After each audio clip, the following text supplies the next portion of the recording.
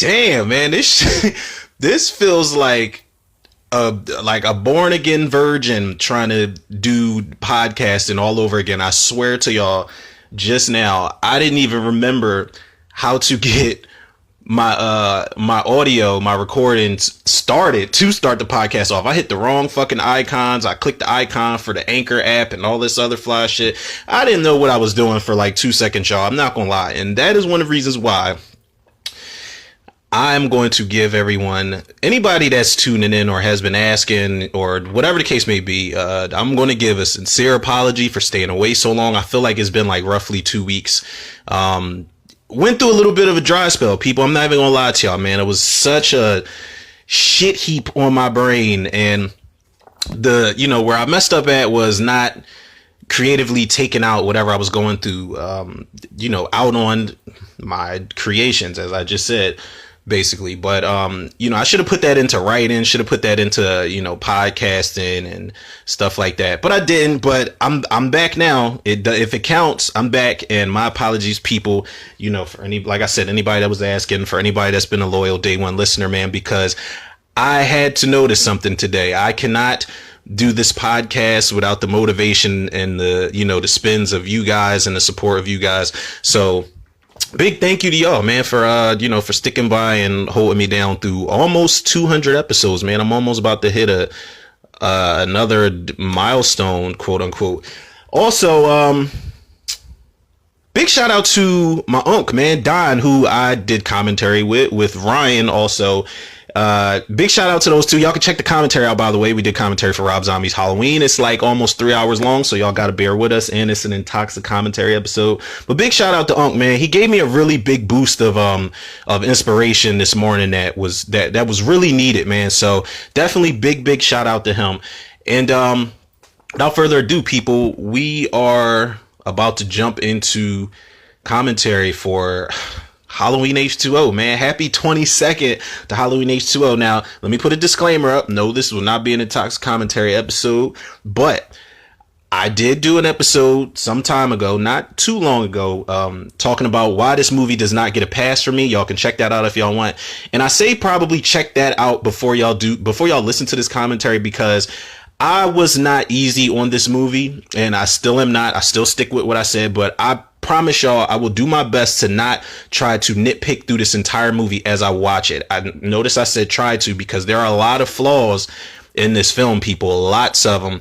And it's one of the things that brought about that episode why it doesn't get a pass from me. But it is a very, in comparison to the way Halloween 6 was written, this one is definitely a lot more grounded. And I said that before. The story is a lot, they went back to simplicity. I can appreciate that.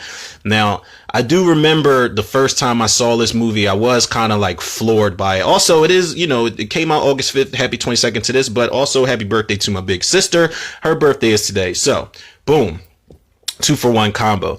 But I was floored, man, when I saw this movie for the first time. It was good to see Michael Myers back again after, I think we saw him in 95 when Halloween, The Curse of Michael Myers came out. And like I said, this movie does have a lot of flaws in it, but it is entertaining. It's something that the Halloween movies really hadn't been. They hadn't really been, and I don't know if this is for better or worse, they hadn't been entertaining, so to speak.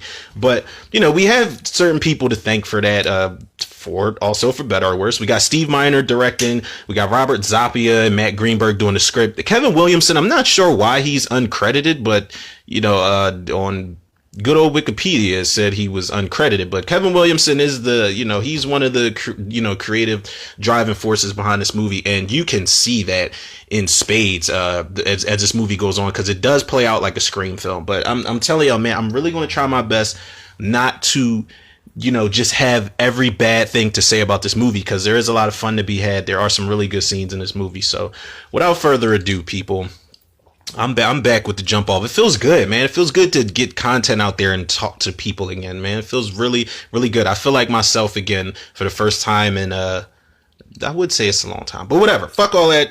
Let's jump right into it. And anybody that's watching this movie with me, I'm just watching a standardized H20 DVD.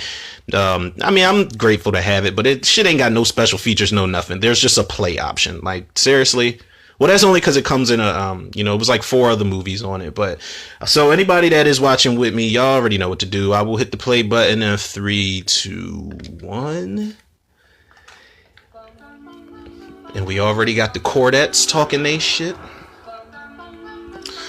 The Chordettes, if nobody knows, that's the female group that sings Mr. Sandman. Now, I always wondered, man, let's jump right into it. I always wondered why, whose idea was it to use Mr. Sandman in the beginning of Halloween 2? Like, it makes it's one of the things I'm telling y'all that makes Halloween 2 a lot creepier. Because it's such a song that's out of place. Like, I don't know if they had like some symbolism with the song, but as y'all can see, it carried on for the series. Anytime you hear Mr. Sandman, it's great. Nancy Stevens coming black. She's coming black, yo. But she's coming back to play Nurse Marion, which was great to see, man. It was really great to see her. But I think I don't know what people expected. You know, in the wake of movies like Scream and I Know What You Did Last Summer, where there's like opening kill. Well, Scream was known for the opening kill shit. But I wonder when people saw her for the first time on screen again, did they know that she was going to like get it? I can't wait to see her in Halloween Kills. If we ever get that fucking movie this time, sometime this millennium.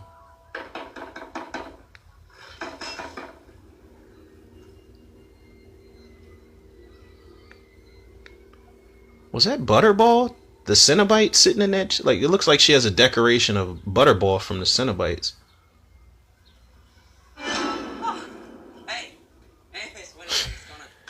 Now, I don't know who this other guy is, but Joseph Gordon-Levitt.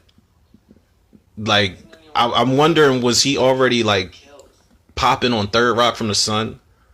Yeah, it's 4946 Cypress Pond. Okay, right, thanks. I said to give him 15 minutes and they'll be back. Jimmy, where are you going? Check out your house. No, wait for the police. Where's the fun in that, huh? Some straight up Scream shit right there. Now, I'm not gonna lie, I thought Joseph Gordon-Levitt, I thought he was the coolest kid ever, man, because I'm like, oh shit, he's got a hockey stick. He had a goalie stick in the beginning. His friend tossed him the hockey stick. Like, as I said before, people, I was one of those kids that was crazy about hockey when I was younger.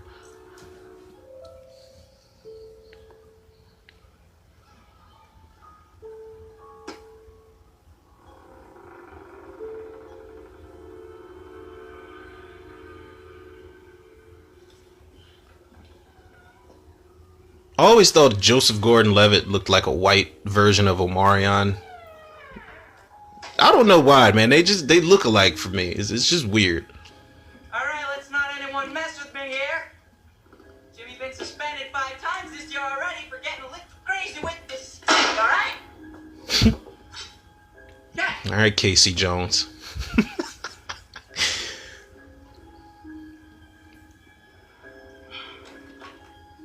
He's about as intimidating as a white rabbit.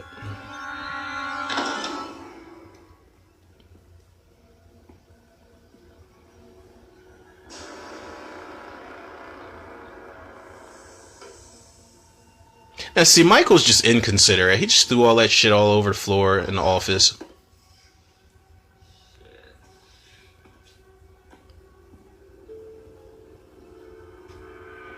Speaking of inconsiderate, Joseph Gordon-Levitt is oh God, took a bite of the cookie and just threw that shit back on the plate. And then he's stuffing beers into his pockets. I don't even know if it's his pockets or his pants.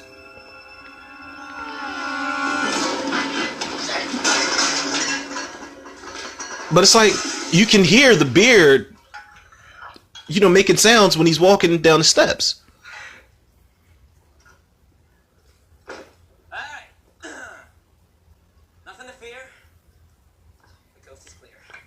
Like, she didn't hear that? Like, It's like, do you have a glass hip?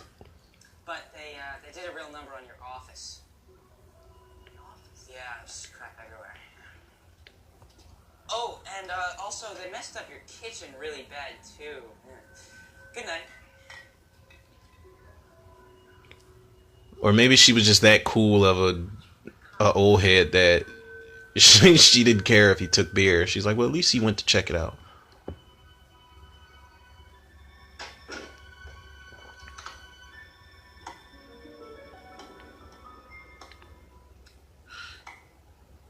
Perfect.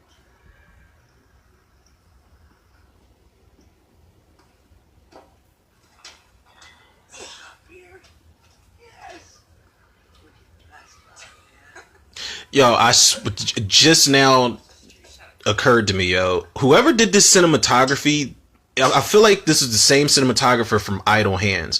Now, while that movie, the cinematography is great, I love that movie.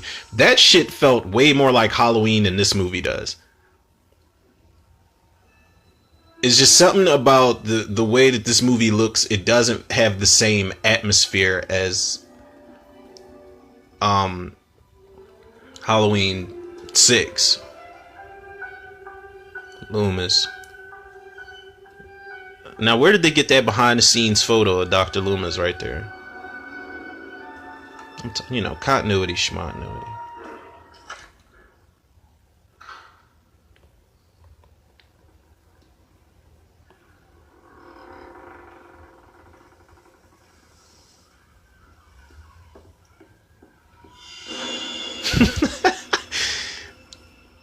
That is a good shot, though.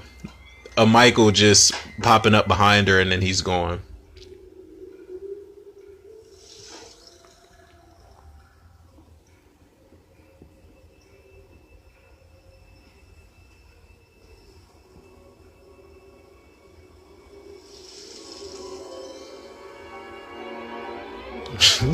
I love the facial expression she made. She's like, fuck this.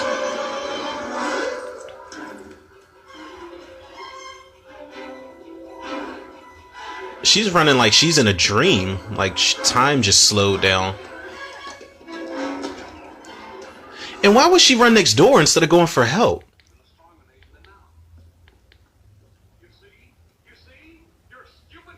Jimmy!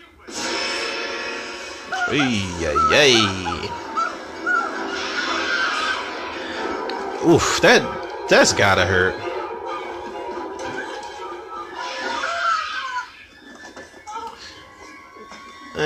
That death was kind of...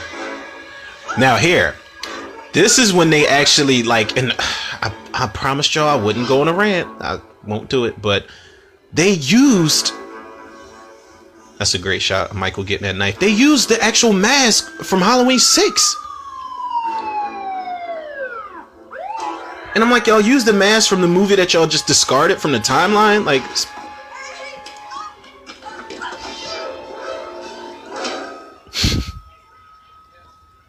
Cat and mouse shit.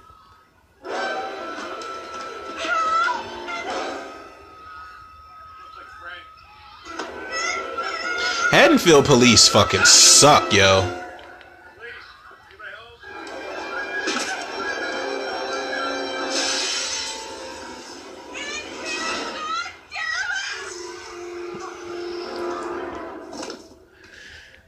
Now, I know you could tell that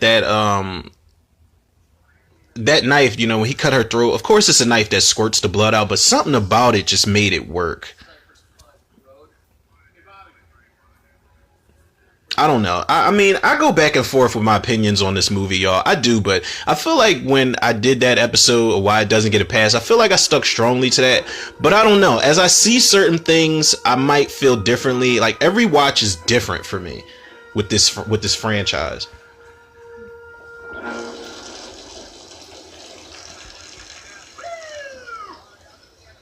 So, whose house is this anyway? Marion Whittington, Dr. Sam Loomis's nurse. He was that shrink that died a few years ago. He lived here. She took care of him. Oh, I remember him. I saw a thing on 60 Minutes on him. Spent his life tracking down that Halloween guy who butchered all those kids up in Haddonfield, right? Michael Myers. Right. He this guy that plays the black detective. He reminds me of Tim Reed from sister. And I only say Tim Reed because he reminds me of Mike Hanlon when he played Mike Hanlon in the 1990 It Chapter 2. Loomis was obsessed with Michael Myers. It's quite a love fest. I'll call up the Haddonfield warrant. There's no way, Fitz. Just precaution. Tomorrow's Halloween. You tell him to look for a guy with a cane and Alzheimer's. The guy would be younger than I am, okay? I was 15 when he killed his sister back in '63. Yes, Fitzsimmons, pass me through the Haddonfield court. Yeah. Michael Myers. Yeah, right. All right. I feel like I got a little more free reign to talk. I don't know. People that are a fan of this guy that does the voiceover for Dr. Loomis, my apologies, because I'm absolutely not a fan. I don't like his voiceover at all. But yeah. Halloween H20, folks. We get our first Scream-like opening in the series, which had never been done. I don't think we've had a kill prior to the title card and the opening credits. Nothing left. No reason, no conscience, no understanding, even the most rudimentary sense of life and death. Good or evil, right or wrong. I met this It's like, 6-year-old overall, man, blank.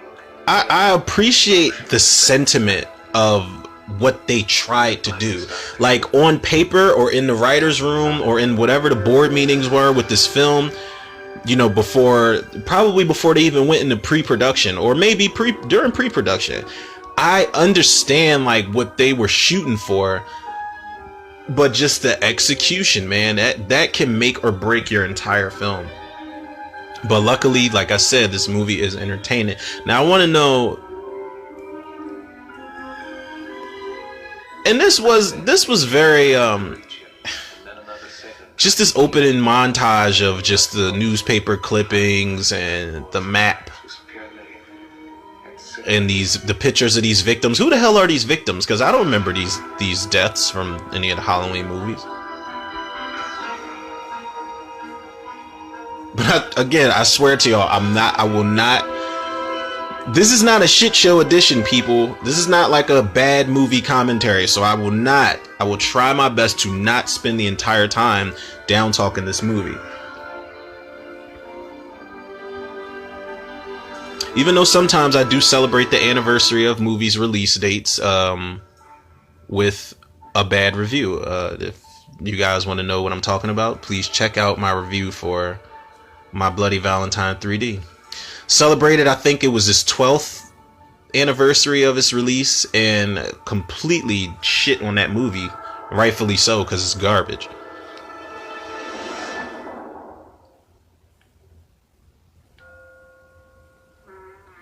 And for better or worse, shout out to Steve Miner, man, because he is, like it or not, people, horror alumni. Friday the 13th Part 2, Friday the 13th Part 3, Lake Placid, Halloween H20. Even, Day of the Dead is not a good zombie movie by any means, but it is definitely a guilty pleasure for me. I just don't know what they were thinking. But at least Steve Miner knows the horror genre enough to, it's like, all right, I can have fun with horror movies. I can be serious.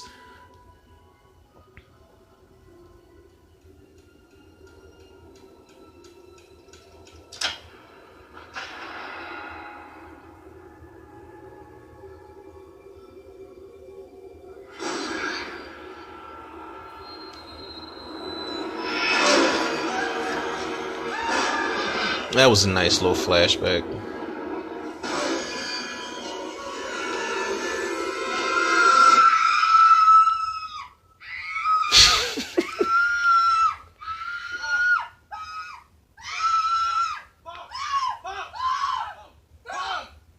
Imagine waking up like that or to that every morning. And I love that they put the scar on her arm. Like, you automatically see it.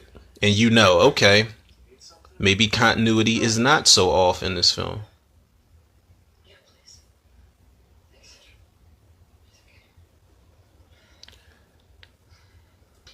I just noticed she has a glass next to her bed. I wonder what was in there.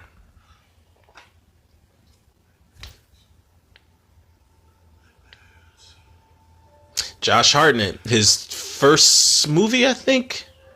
I can never figure out, like, I think he was filming this and The Faculty back to back, but I think this movie came out first.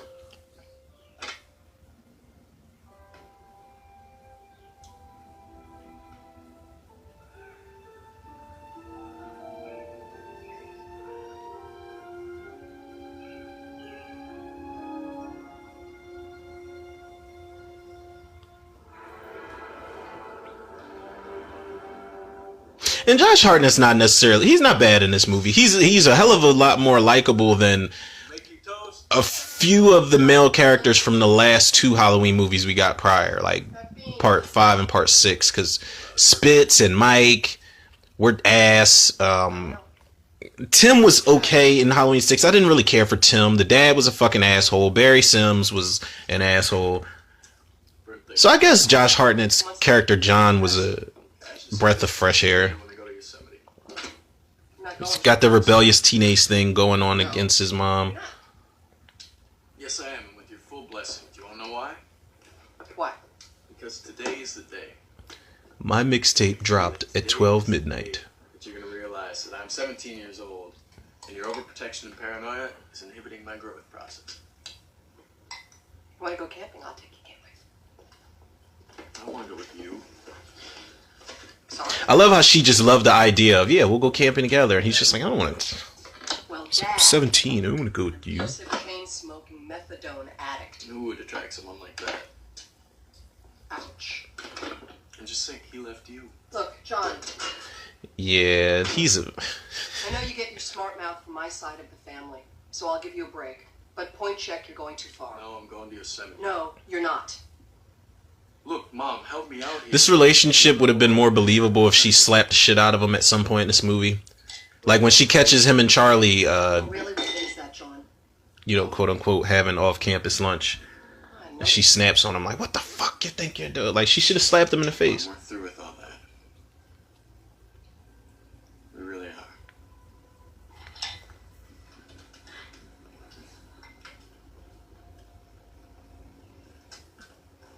We said we're through with all that. You're becoming an Oedipal enabler, you know that? Thank you. I'm serious. 20 years from now, you're still gonna be... Adam Han Bird, who plays Charlie here, and Jodie Lynn O'Keefe, who plays, what's that girl's name? Sarah? You wanna go. Now, listen. It's worse. I went there 2 summers ago with my family. I'm not gonna say there's not somebody for everybody out here, but in real life, man, Wretched. No? Okay, think. he couldn't swing that.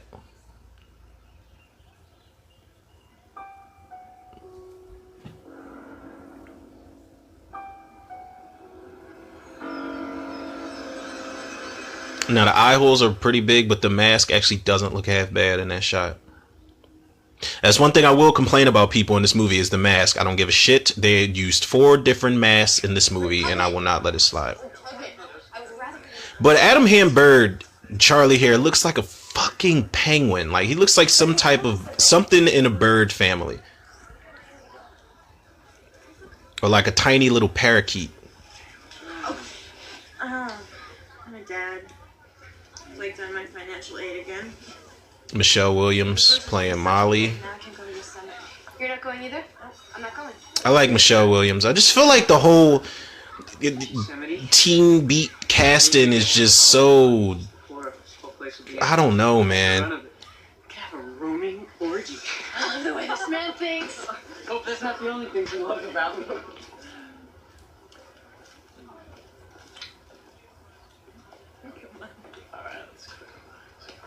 And you know, she was hot on Dawson's Creek, so I guess that's one of the things that I feel like Kevin Williamson being attached to this had something to do with that. Maybe, I don't know. I'm just speculating here, people. But I know they already had a brunette, but they might as well just have thrown Katie Holmes in this joint. And I was about to say Josh Hartnett. He's already in here. What's his name? But I almost said Pacey Hartnett. Fuck. What is that dude's name? Joshua Jackson, who played Pacey in Dawson's Creek. Oh. Don't worry.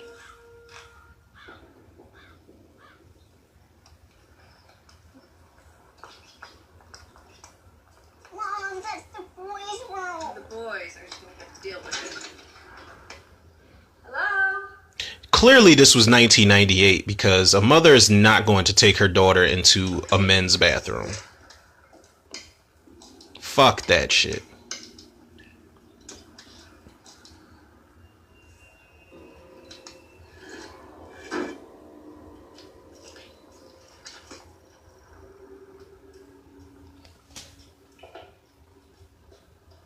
I was just next door. Mom's gonna go too. You know what?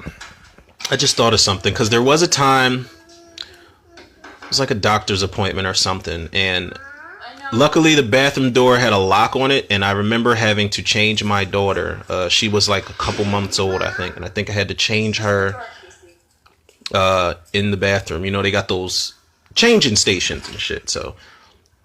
Here's some tissues. But that's different. That's not me. Like, I'm not going to take my fucking 5-year-old, you know, into the men's bathroom.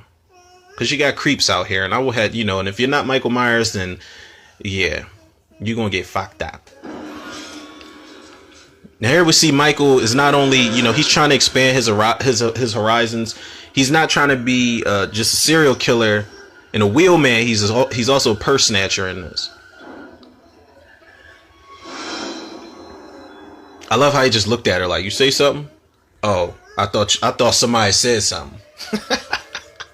He just took her fucking purse. He just snatched her purse and just walked out.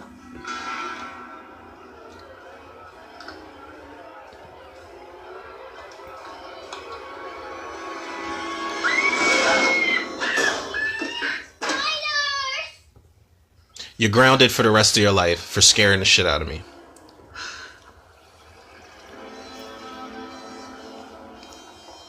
But like, where was this rest area at? Like, what? Like, Michael drove from Langdon, Illinois,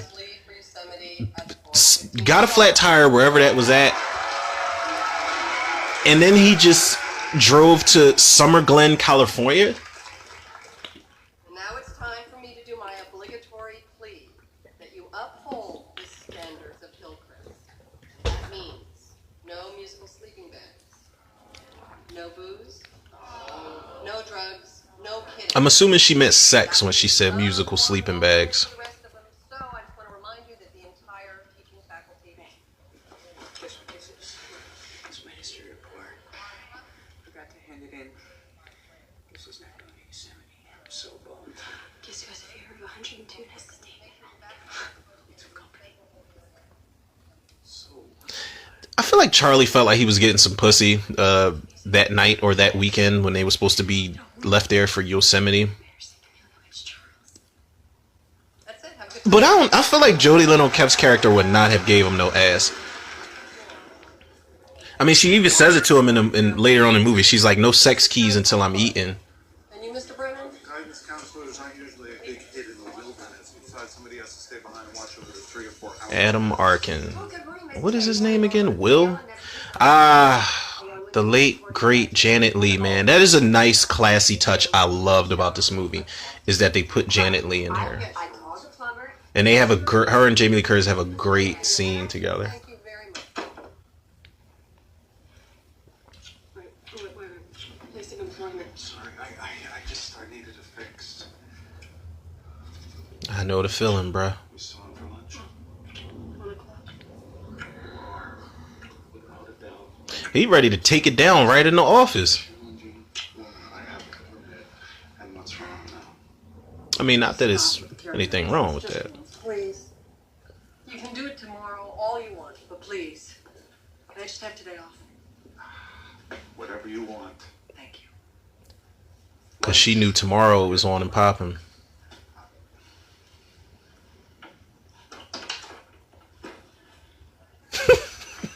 I I love how Norma's just outside waiting, like she knows what it is.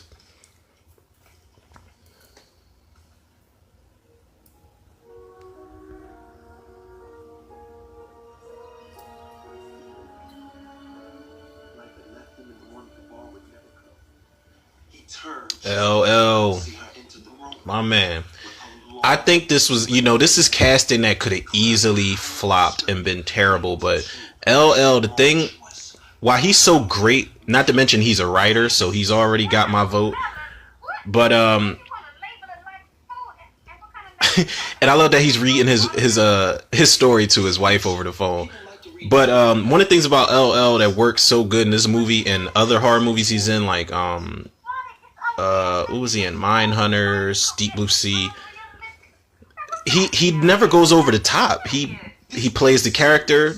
He does it subtly. He does it coolly, as only LL could do. You gotta give me a chance, honey. I have to express myself creatively. We're paying the bills, aren't we? Ah, fuck me. Shit. Not you. Like, was like, you scared the shit out of me. Right. I gotta ask a favor. I'm not letting you out of here. Oh, come on. But not with this penguin nose motherfucker standing next to you. I know y'all gonna get in trouble. I was gonna Look, man, I got a date with Molly tonight. And I want to make it special. What do you say? Look, I promise I'll be back for afternoon classes. He's just shaking his head no. Come on, man, have a heart. No. No. Can't do it. Oh, come on, man. Okay, how about this? You accidentally pressed the gate. God damn, was Adam Hand Bird fresh off of the Jumanji set? Jumanji was what, 95? This was 98. Like, damn, he still looks like little 2-year-old Alan Parrish. Chance, man. All right. Comb your hair. Just one more, Booker. Just one more, and I promise I'll work with you, Daddy, all right? Now, I kind of, on the spot, people, I feel like this should have happened later on in the film, at least them trying to sneak out.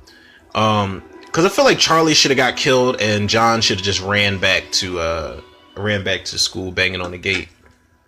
Like, some guy in a white mask just chopped Charlie's nose off. He did him a favor.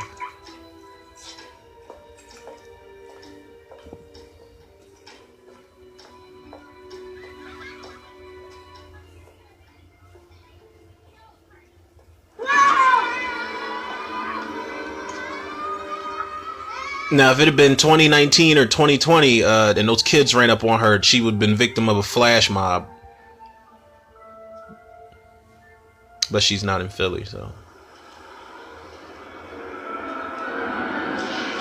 Oh, Jesus, Will. Sorry. See, the mask doesn't look that bad in that shot either. It's just the eye holes, man. I feel like they tried to put an emphasis on certain things in this movie that they did in the first movie that just worked. Like, I don't think sometimes when people do sequels, they don't understand how certain things just work. You don't have to go the extra mile. Like, I feel like they went the extra mile to cut the eye holes bigger for this mask, the Stan Winston mask.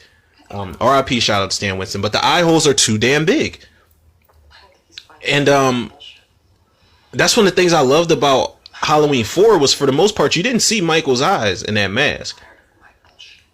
I'm a counselor. I'm attracted to it. But that's one of the things that just so happened to work in the first movie, was the fact that when, I think Tommy Lee Wallace did the mask in the first one, I love you just the way and you are. he cut the eye holes in that Shatner mask a little bigger.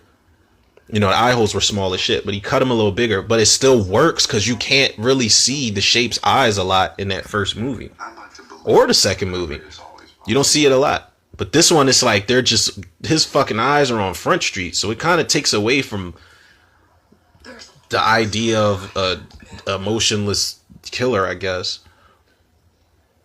I don't know. Successful. I know. I've tried everything. I really have. I've tried everything. 12 steps, self-help, group therapy, shrinks, meditation. He's like, baby, I know. I've been with you 6 years. We do this every October 31st. That's not The it. fuck? Oh, yeah. Now, question for the fellas out there, man. Could y'all, like, how would y'all deal? You know, would y'all be able to deal with a chick that's like, I don't want to use the word basket case, but that's basically what she is. And they, you know, they play way more into that in the 2018 version, but she really is a basket case, but she has every right to be. What she endured in those, you know, those first 2 Halloween movies. It's like, fellas, how would y'all deal with a situation like that?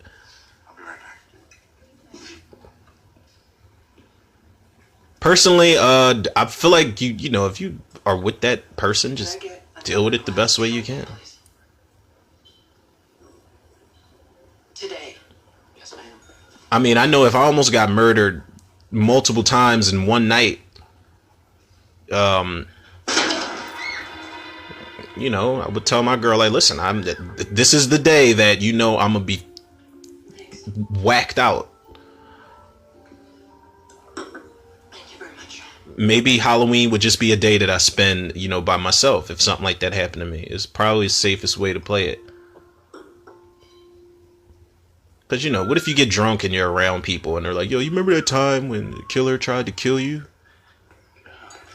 We're doing this. Desperate measures. It's illegal. It's harmless and expected. Studies have proven They did all that off-campus shit to buy a bottle of wine or champagne. Studies. Hey, we could have avoided this whole thing if you would have simply scored some of your mom's food. Look, my mom's a functioning alcoholic. She counts for every Whoa, that reaction was so real. Shell shocked. off-campus lunch. You're not allowed to have little off-campus lunches, John. You know that. You too, Charlie. Sorry, Miss T. Come on, I'll drive you back. This is the scene where she should have slapped him. Here. Go get in the car. I'll be right there. What the fuck do you think you're doing? Being comfortable with the same Well, then don't put me in the position, John. This is a great scene for them. You know what day it is? Of all the days for you to pull this shit, what do you think you can do? Just wander around town? I don't ask you for very much. Just give me one day! I've given you 17 years. And I need you to be responsible. Do you know what that means? Responsible. Don't talk to me about responsible, I just Mom. need this one thing. I am not responsible for you. That's it. That's enough. I can't take it, Mom. He's dead. Michael Myers is dead. I hate the way he says his name. Michael. What do you want me to say? That it's over. Michael. We should try to get on with some attempt at a happy existence, Mom. Because all the shit that's going on in your head is leaking out on me, and I can't take it anymore. You told me yourself you watched him burn. I didn't exactly state his ashes. 20 years. 20 years. Don't you think he would have shown up by now? What's he waiting for, huh? That's why they should have did a little prologue, or is it a prologue, or yeah, I think it's a prologue.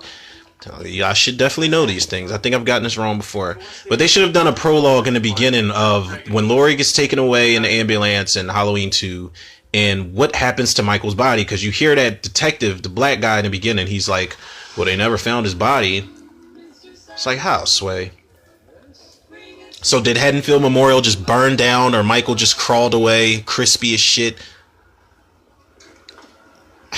And I can't help but bring up where are his burn scars in this movie, man.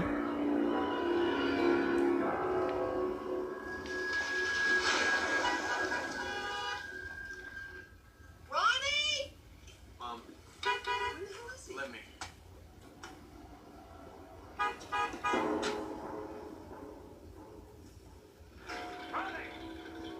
Charlie's just in the back seat of Laurie's car like, yeah, this champagne is going to be so hot.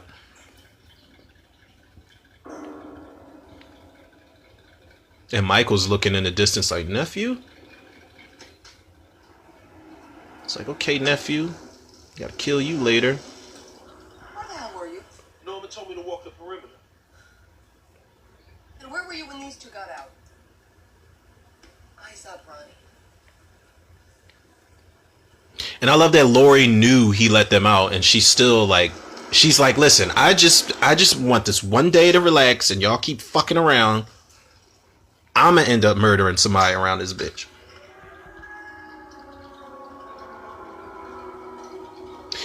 Wouldn't that have been crazy if Laurie Strode just went crazy on Halloween and she started murdering the kids at Hillcrest on Halloween night? People would be pissed. That would be like some Friday the 13th part 5, A New Beginning type of stuff where it's a copycat killer. But I feel like this would get more of a pass. I don't care how much people love Michael Myers. There's people out there that would give that movie a pass if Laurie started killing people.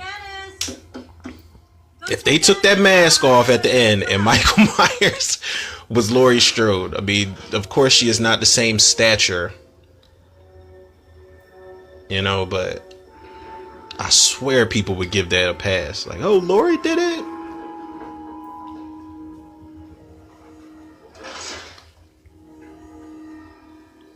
Even though you probably couldn't continue on from that though.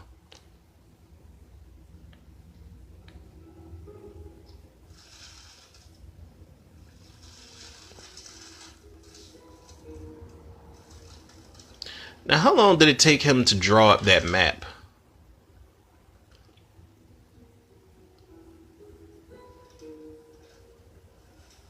This is where the little, MTV pop-up sign should have just started happening. It just popped up like dozen roses for Molly. $20.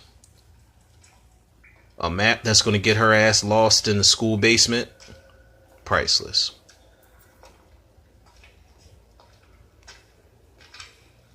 I mean, I thought she was going to die, but then I'm like, wait, did Michael just create an entire Halloween-themed map for her to get lured into her death?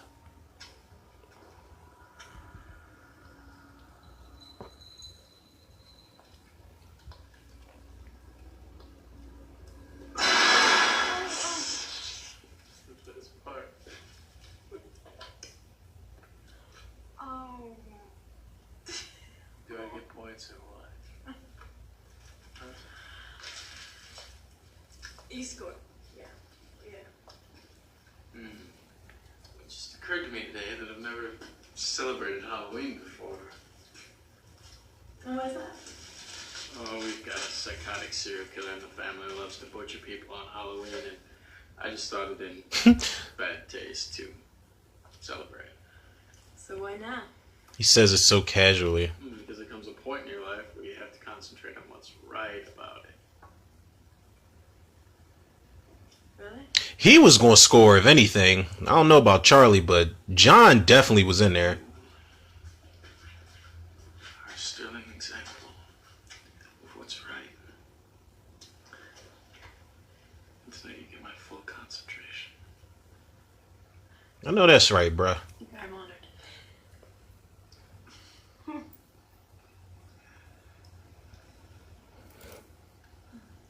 I know they were saving it for nightfall and they wanted the mood to be right, but I always felt like they should have just had sex in that scene right there. And this would have made this scene so much better. The fact that they're in class just making funny faces at each other, or he's making faces at her and she's laughing. Come on, people. Did anybody read the book? Guys, it's Frankenstein. Was that Michael? You could have watched the movie. She's like, wait, who's that guy in that bland ass mask right there? Do you have any thoughts on Victor and Elizabeth? What?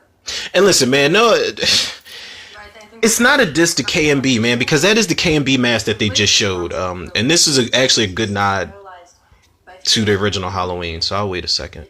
Death for the guy to get a glow. And why do you think he was finally able to confront his monster? I think that Victor had reached a point in his life where he had nothing left to lose. I mean, the monster saw to that by killing off everybody that he loved. Victor finally had to face it. It was about redemption. It was his fate. Look how Laurie got lost in her words. They're talking about Frankenstein, by the way, but this was a good nod to the original Halloween when Laurie is in class and the chick, the teacher calls her. She's like, answer the question, and she's talking about Costain and, you know, fate never changes and all that type of shit. But what I was saying was, it's no diss to KMB, man, because from what I know, Greg Nicotero said there are specific instructions where to make a blank, emotionless, pale mask. And I feel like that's like they literally took that shit to heart, and that's exactly what they gave. But I don't like that mask at all. It's just too blank. You know, even the original mask had some minor detail to it because it was supposed to be William Shatner, for God's sakes, but they modified it a little bit. Have fun. You sure? Yes. Look, it's good for you. It's good for me. So just call me. Call and call. If you feel like you've called too many times, call once more. Have a great time. Thanks.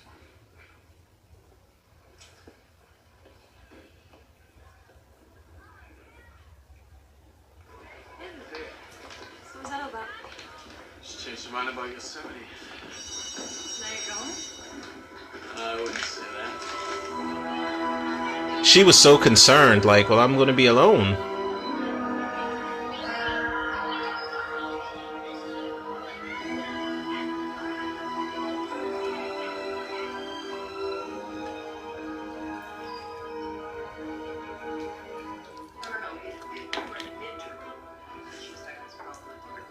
No, she's doing fine. No.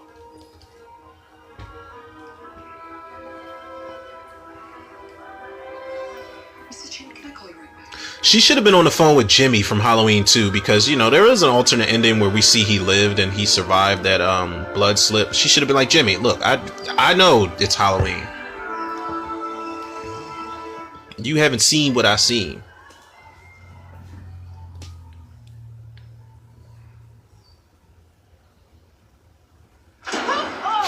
Oh, damn it! Oh, Miss Tay, I'm so sorry. I didn't mean to make you jump. But hey, This might be I the guess everyone. this might be the second film that they starred in together. They were in The Fog together. Jamie Lee Curtis and her mom Janet Leigh. This is this is one of the best scenes in the entire movie. Doesn't even have Michael Myers in it. Eternal for a moment. I don't like to see you like this. I've seen you like this before, and we've all had bad things happen to us. The trick is to concentrate on today. Oh, I know. You just take care of I love how Norma says it's not my place to be maternal for a moment. Like the irony that that's actually her mother.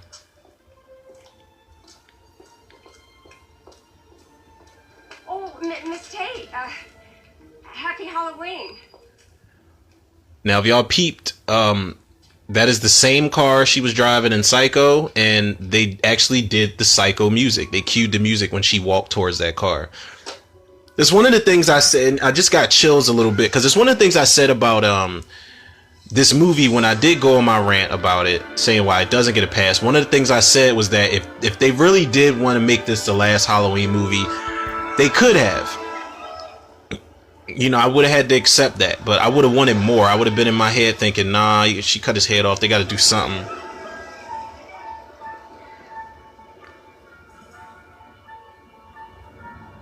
Those tiny ass school buses.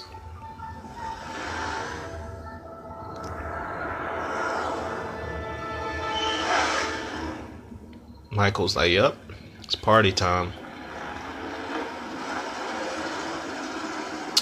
I think we can safely say we are in the third act of our movie, people. And Lawrence looked at her with lust in his eyes and said, I want to invade. This is me all the way. Like, except I don't like. I'll let my girl read my shit, but I won't like read it to her. But this is me all the way. Like, baby, I got this idea. Listen to it. Oh shit, honey, someone's here. Can I call you back? No, I hold on. I want to know what stupid line time you called for. The same one you did. One more second.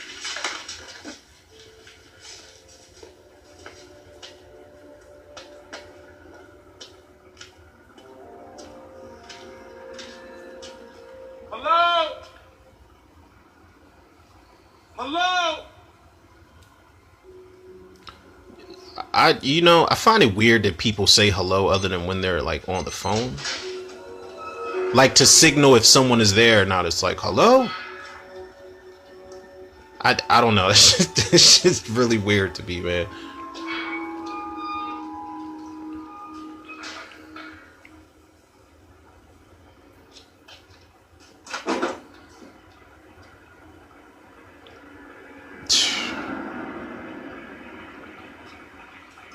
Ronnie had no idea. He just like literally had a brush with death. Michael just walked past him like, it didn't. I'm not getting no cool points for this.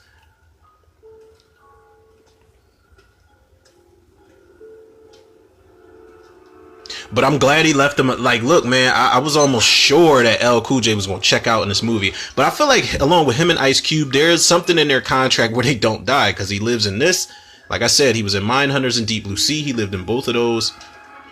Hey, honey. I don't know, some car at the gate. I'm going to have to call you. Classic Michael creeping around. Peeping Tom.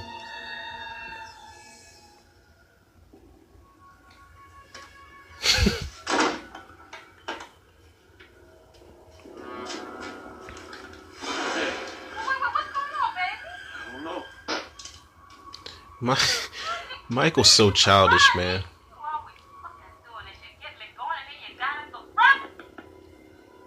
Hello? That was always one of the things that was creepy about Michael. He's childish. He's a prankster.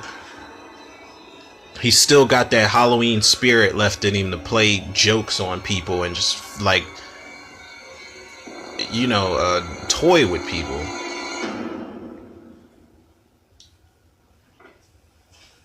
Lori's office is popping, by the way. It looks like this combination of brick and, part of me almost said oak, but I'm pretty sure that's wrong.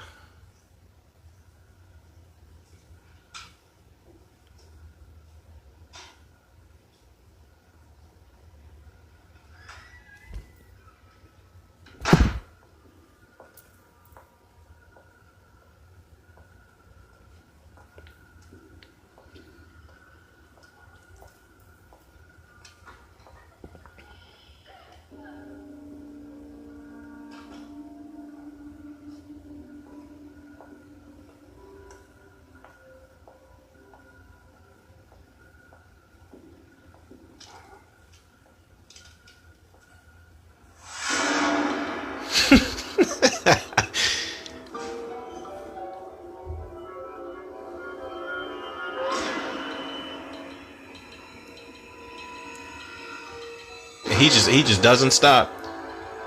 She thinks that closing her eyes shit is gonna work. My daughter loves that scene because of the way the music intensifies and he keeps coming. He doesn't disappear. Nothing. What are you doing? Making the rounds. I still have to check on the kids. This school also, fun fact here, people, the Hillcrest is actually the same place that they filmed the third act of Scream 3. That was supposed to be, you know, Lance Henriksen's character Milton. Is supposed to be his mansion. That's Dimension Films for you.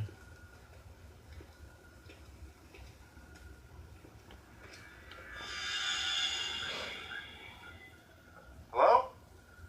Everybody just says hello. Come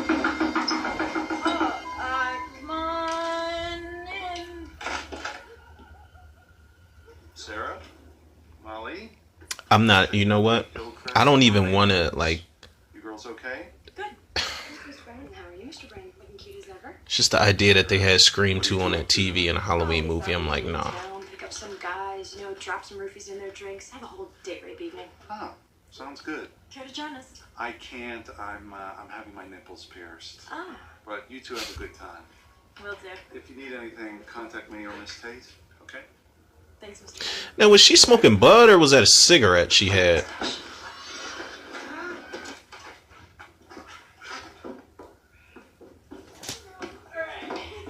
Send it through. Come on, man, let's go.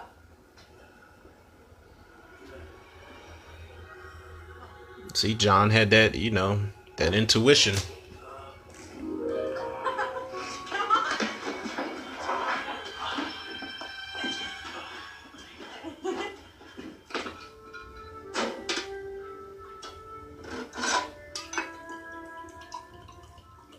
Jesus. I mean, I drink, I take shots, but that shot, that's like a triple quadruple that Lori poured just now. And she's drinking that shit like water. She's like 1 sip, 2 sip. This is 3 here. She's like, let's not even go for 4. Let's just...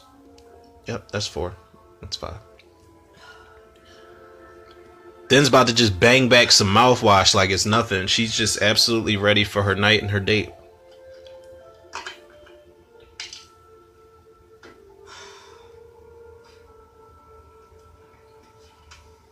I mean, whatever, man. Whatever, you know, whatever people's coping mechanisms are. I mean, she's not shooting up meth and, you know. I thought we'd do this right.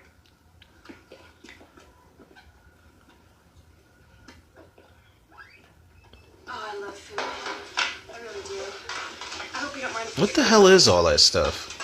It's my goal in life. Oh, no, I always Corn, pies and shit. God, you're so Renaissance. These kids sure can eat, man.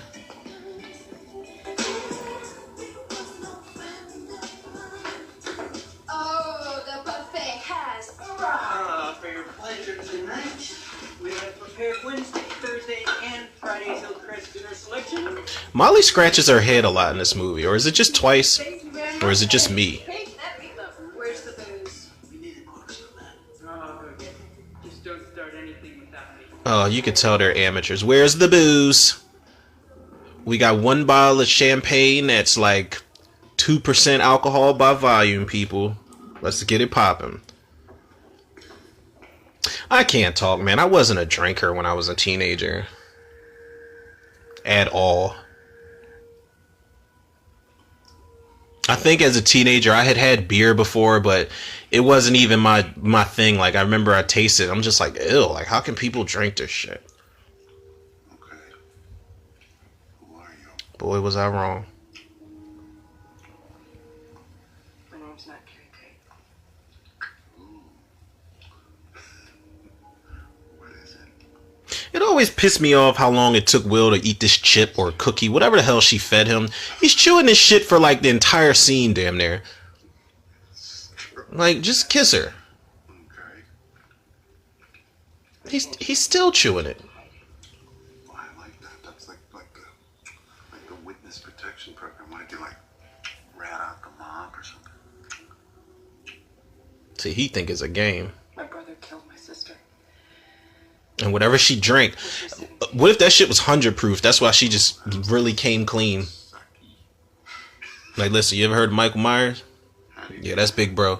With a really big, sharp kitchen knife. That's terrible.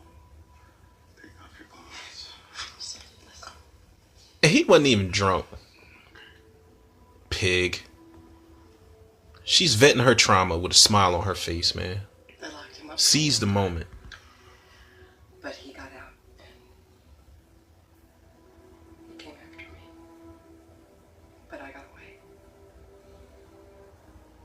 But he killed a lot of my friends. It happened on Halloween. I love that he said it with her. Heard the story.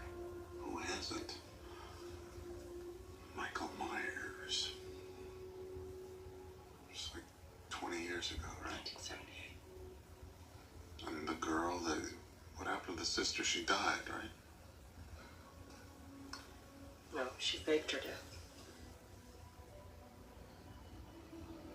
And now she's the headmistress of a very posh, secluded private school in Northern California. She left out the part where she abandoned her child, who was then murdered by her brother. But you know, they wrote that out of this timeline, so that don't make no matter. You want a drink?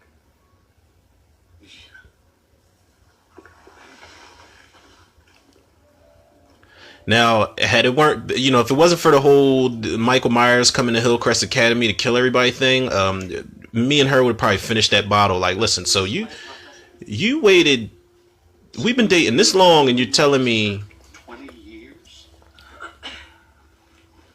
Something like that. But honey, you don't think that after all this time he'd still be coming after you, do you?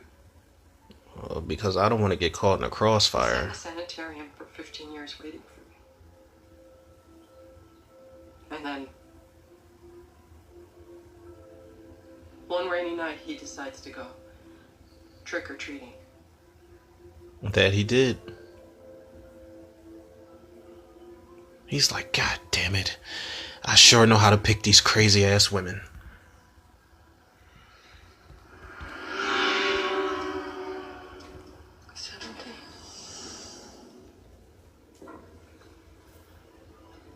What? Do you think they made it to Yosemite? Do you think they're there? I don't know. I just want to call John.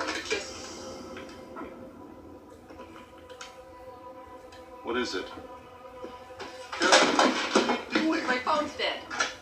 It's on now.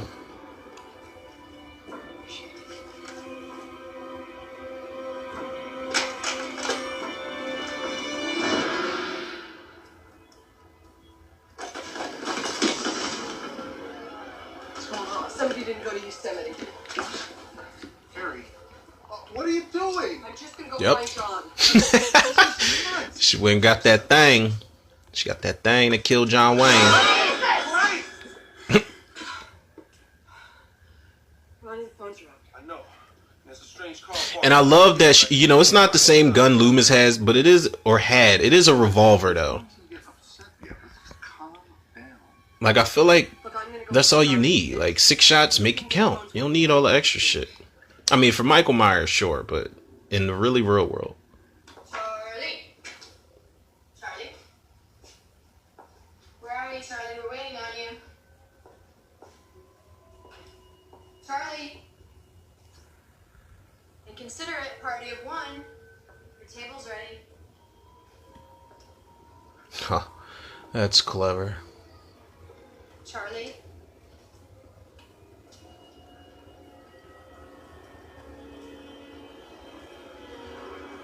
Hi. Gotcha. Shit.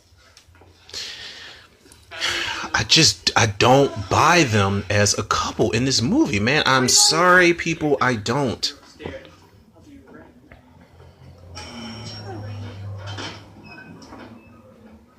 They don't even kiss in this movie. They're not like affectionate at all. I mean, they might grab each other and just walk off before the scene, you know, cuts.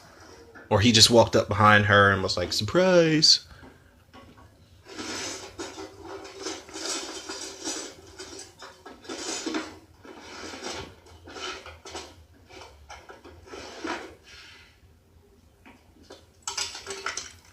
What a klutz.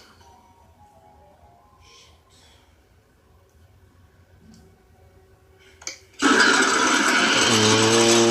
it's like nails on a chalkboard. Michael's like, man, Michael's like, this is probably the easiest prey I've had since Halloween 5.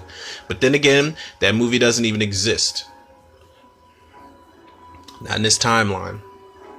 And this kind of had me on edge when I first saw it because I'm like, please, not the garbage disposal, man. And this was before Final Destination when Evan gets his hand stuck in there. And shit like Last House on the Left. Like, I can't do garbage disposal. He's like, holy shit, it's a CG mask. It's one of the worst shots in the entire movie. Like, why would you... Why? It's one of the worst sins ever. You know, people could talk shit about the Rob Zombie movies all they fucking want to. That's one of the worst sins committed in the Halloween franchise. One of them. CG and Michael's fucking mask. You know, people can talk about how his mask was ripped off in part 2 and he walked around without it on. It's like... But his face wasn't CG, though. You don't CG that shit.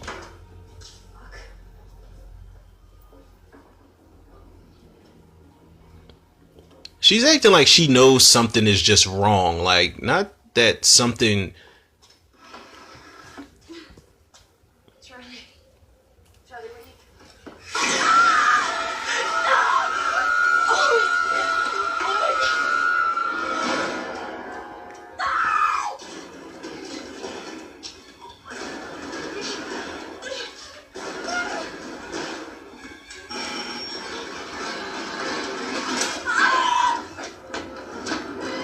And does anybody else notice that how big Michael's knife is in this movie?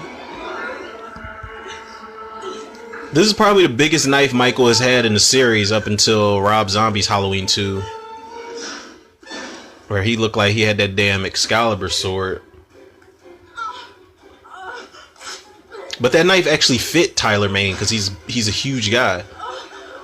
Chris Durand, who plays Michael Myers here, I don't know. The knife just looks too big for him. Oh, fuck. Oh, God. Oh, the way her leg hit that ground and it's just damn near in two pieces. Like, what the fuck? Now, I'm assuming that since K&B designed a mask for this movie that they did the effects as well. I mean, but you know what they say when you make assumptions. God damn, man. Her leg is... What Michael Blackson said? He said, your shit's jacked the fuck up. Her leg is done. Like, even if she would have lived, just take the leg, yo. Just amputate, please. Because that jaw... Now, see, the mask doesn't look bad. Just the eye holes are too damn big. Oh. It's like, all right, Mike. She's dead. Okay. You made your point. he just kept going.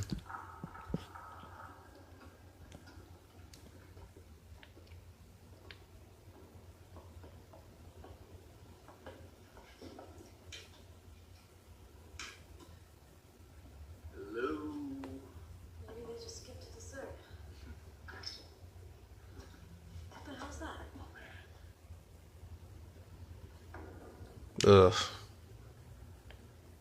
Now, are y'all gonna follow that? I know curiosity killed the cat, but it's like it's a classic horror movie trope of following the trail of blood. I'm not sure I want to see what's at the end of the rainbow.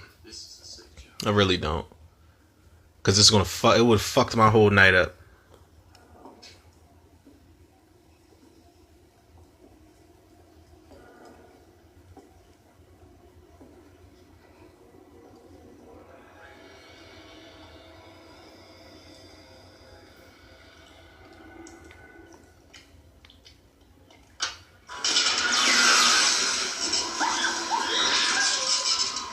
Yeah, he had it out for her.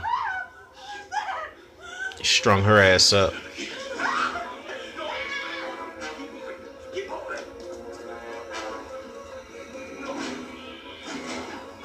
Now, this isn't the best chase scene in the series, but when Michael does pop up and grab Molly, I like the way the mask looks again. And I like that they kind of like double team. Like, she puts that work in too. She sees her man about to get stabbed. Well, again. She picks up a rock.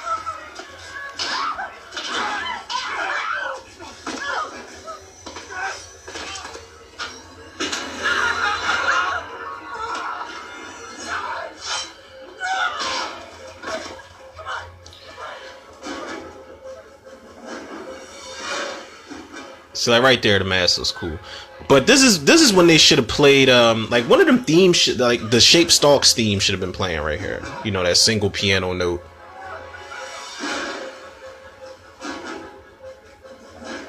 God, that mask, man. Mind you, I'm not just saying it for no reason, people. The mask literally switches up in between shots. It just is. It's hard for me not to talk about it. Like the shit with the mask is the main thing that pulls me out of the movie every time. I'm enjoying it, but it pulls me out.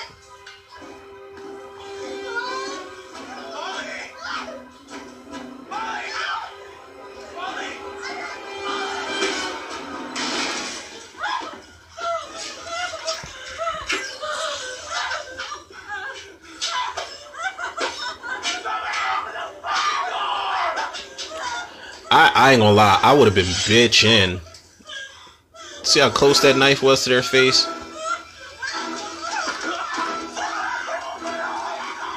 Actually, I would have been talking shit like waiting for somebody to answer the door. Like, you pasty face masked ass mouth.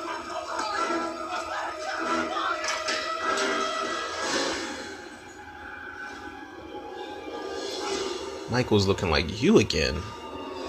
But I'm kind of confused because he already saw her. Or did he just see her car pulling up and her pulling off? But it's like, no, he looks at her like he saw her for the first time, but he saw her twice that day. When she was out and got John and Charlie in the car, and when she pulled up back to the school. My brother.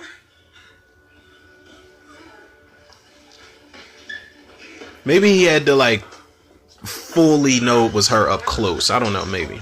Lock it. Do as I say now. Go. Maybe I need to stop theorizing. What do we do?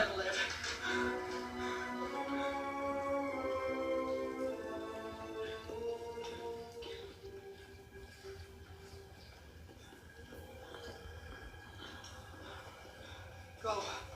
Sean, go. Carrie, I'm not leaving you. I'm not leaving Sean. Carrie!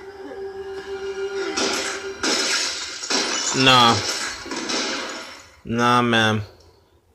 Now, I remember saying this years ago. When they first show Michael peer into the frame, that's Chris Duran with the mask on. But then when they start firing off and the person's hands go up trying to shield themselves and block the fire, or the fired shots, that is L Cool J. Like, you stop trying to get one over on me, man. That was not Ronnie. I mean, it's him now, but that was not him when they first showed him. Oh, I thought...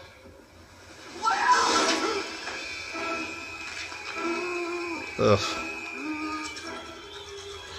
And low key, I mean, this is a nice nod to Halloween 2, but low key, when Will kind of got he had that coming. You don't just fire a gun off thinking it's Michael Myers and you kill the only black guy in the movie. I mean, it looks like he killed him. We know L Cool J lives, but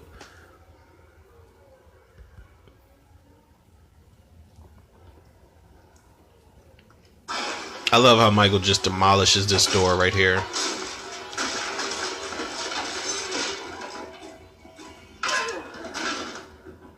Now, whether people like Chris Duran as Michael Myers in this movie or not, he's a decent stuntman. He's not a bad Michael Myers. His movement is like, you know what he was going for. I love this shot. I don't care for the music because it was in Scream, but yep, that's from Scream.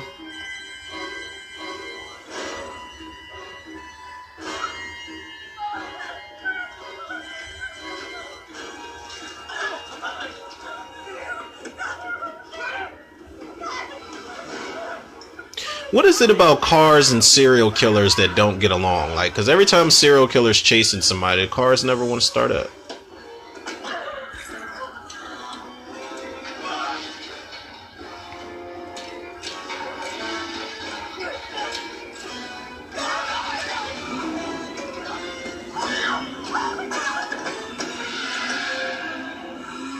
Now, what they should have done was have the car still not start when Michael popped up and Michael just busts through the window and then they have to make their way on foot. I'm just saying. Mistake, come on! Go! What? Go! I want you to drive down the street to the Beckers, the mile down the road. Tell them to call an ambulance and get the police. No, we're not leaving. No, She's like, Miss Tate, I've never driven before. I'll be right behind you. I'll be right behind you. Go! It's a really good scene. Really reminiscent of when she tells Tommy and Lindsay, once you go down the street to the Mackenzie's house and blah, blah, blah. She's like, do as I say.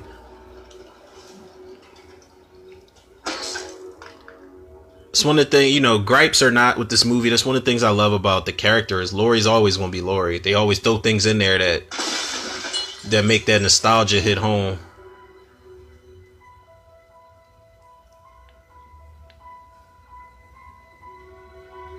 And did y'all peep? They always played the theme off key in this entire movie, at least up until the end where they played the original theme.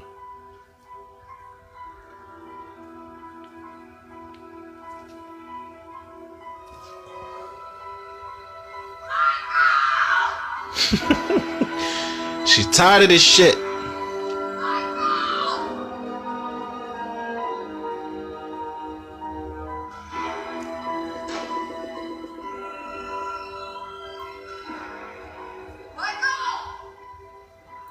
Like he's gonna answer.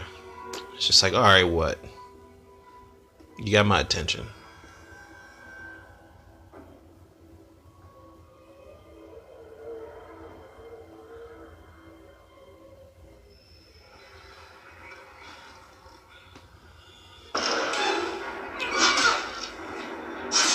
Ooh.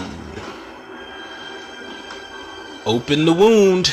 That was a good nostalgia moment. Stabbed her in the same arm. That's the first one. But how did Michael get up there? Like, how did he get up there and how did he get down? I mean, I guess.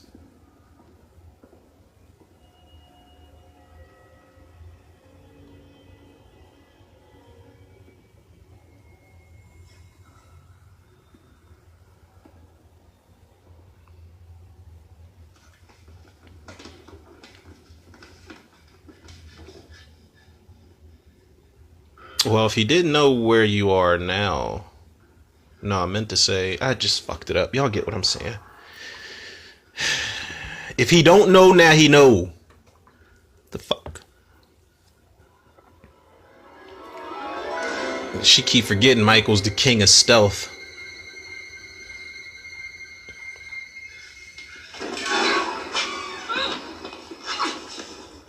That was a cool shot though, where show Michael like upside down swinging a knife.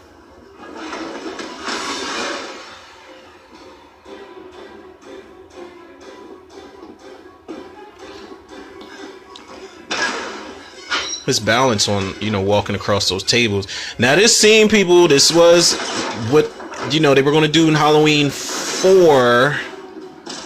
Michael was going to be flipping desks over while Jamie was crawling under him, which would have been way more effective. Seeing a child trying to evade the shape like that. Oh, God, that goddamn mask.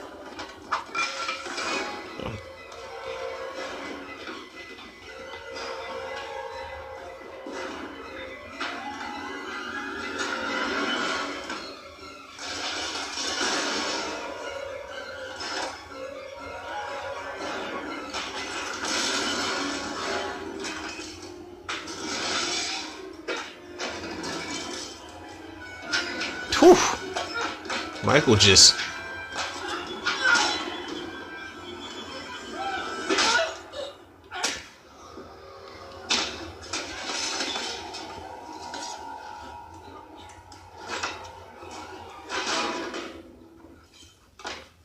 She did the right thing though. She took 2 knives and she dipped off. Well, she didn't dip off. She did, but she went to hide. And then peekaboo. I love how he swings that knife at her the first time she stabs him. Oof. Bruh, your vertebrae is all messed up.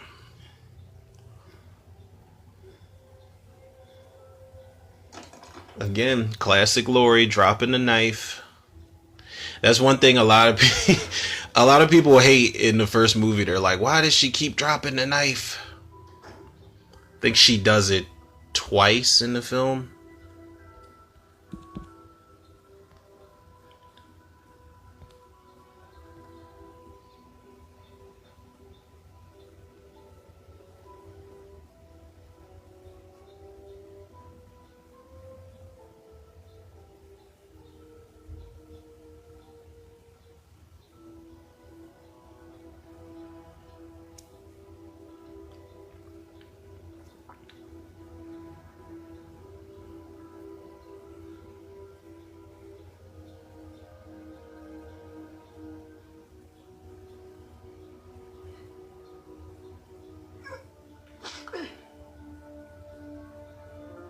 She should have stabbed him right in the face.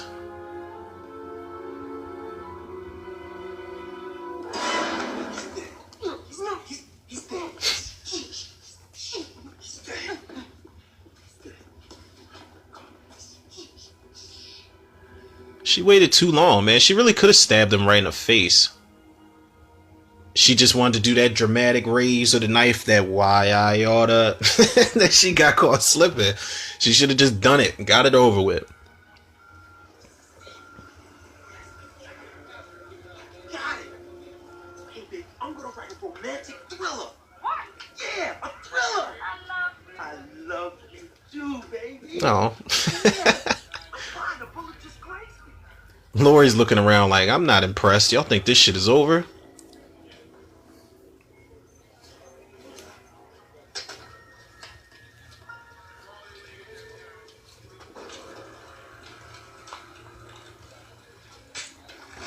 Don't move. Load him in. Shut the door. Don't move. Damn, even the Summer Glen police ain't shit. Like, the police in the Halloween movies just don't cut it, man. They don't do anything.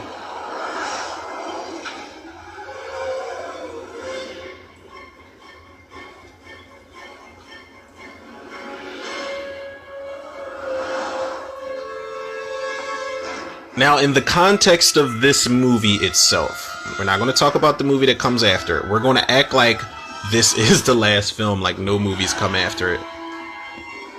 Because there's a lot I want to say about that, but I'll save it for the Halloween Resurrection commentary.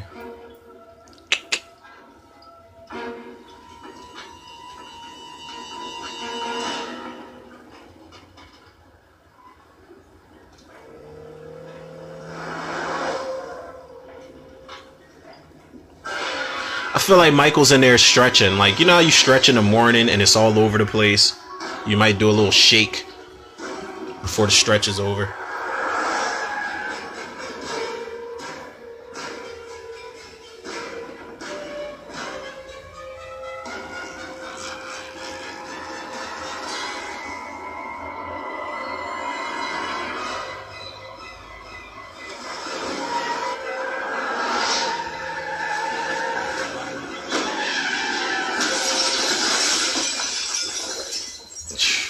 Launched him like a fucking lawn dart through that windshield.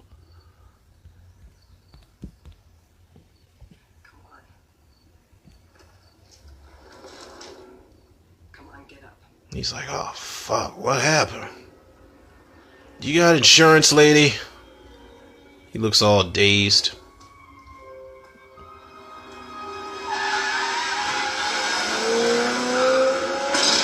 Damn.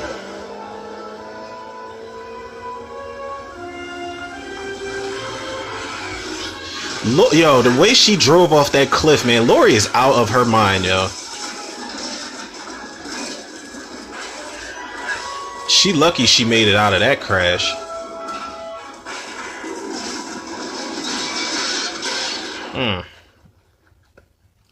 Now, if his vertebrae wasn't fucked up before, it is now.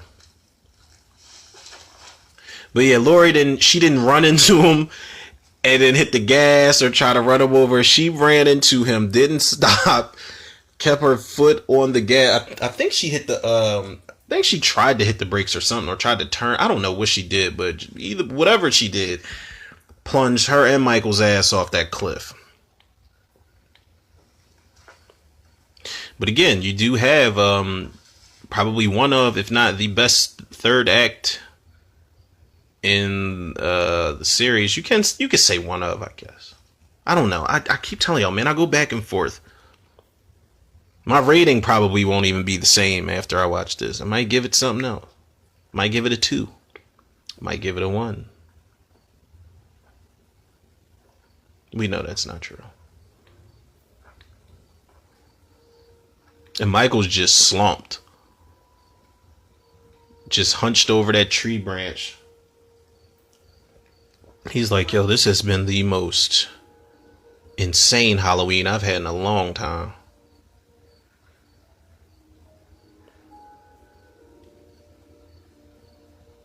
Michael. He's like, yes.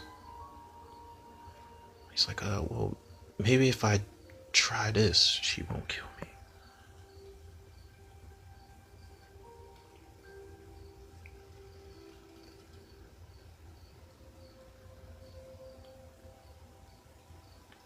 And the fact that Lori was just like sympathizing at the moment is insane.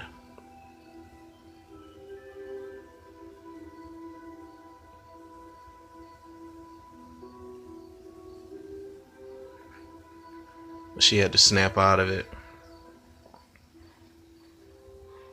She's like, wait, 1978 was the worst Halloween ever.